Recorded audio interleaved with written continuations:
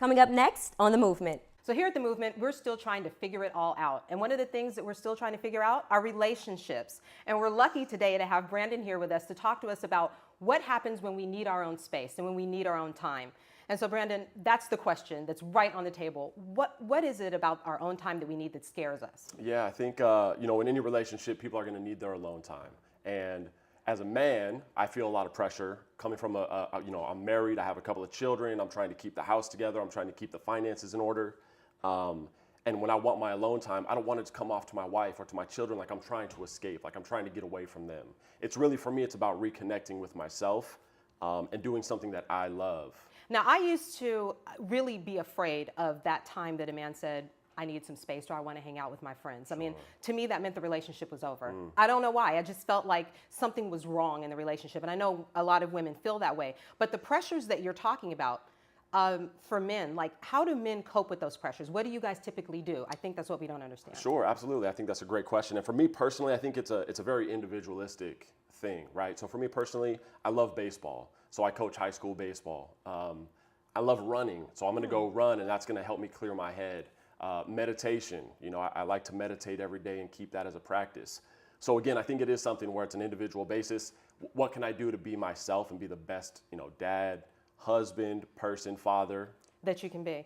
And I think of some of the relationships that I've seen, because I know it changes a lot of times from a boyfriend-girlfriend relationship into marriage. And so what is that thing that really happens between the two? Because it's very different as a boyfriend-girlfriend relationship when you don't live together and then when you are one in a marriage. So what is that happens that's different? Yeah, absolutely. I think, I think there's a level of trust and a level of respect that's going to come with any relationship. And when you tie the knot and you become husband and wife, that should get even stronger. That love should grow even more. And I think couples, men and women, they need their individual space. They need their own time to go out and be themselves and be the person that they were prior to meeting their mate, prior to meeting their spouse. And what do you feel afterwards? Because I know for myself, when I go to the spa or maybe go get a manicure or hang out with the girls and, have lunch or something like that, I feel recharged when I come back to the relationship. I feel like I feel a little bit better. Sure. And so what do men feel like after you guys go do your man things? Yeah, I think that's it. I think it's just reconnecting with yourself and getting together as men and talking about life in general and how to live. And again, with the pressures of life, with the finance and the job and the family and everything, needing that time and that space just to regroup, really, and get your mind in the right place so when you do come back and you're with your family and you're with your kids, you're able to be the best man that you can be. So from a man's perspective, because do you guys understand why women freak out?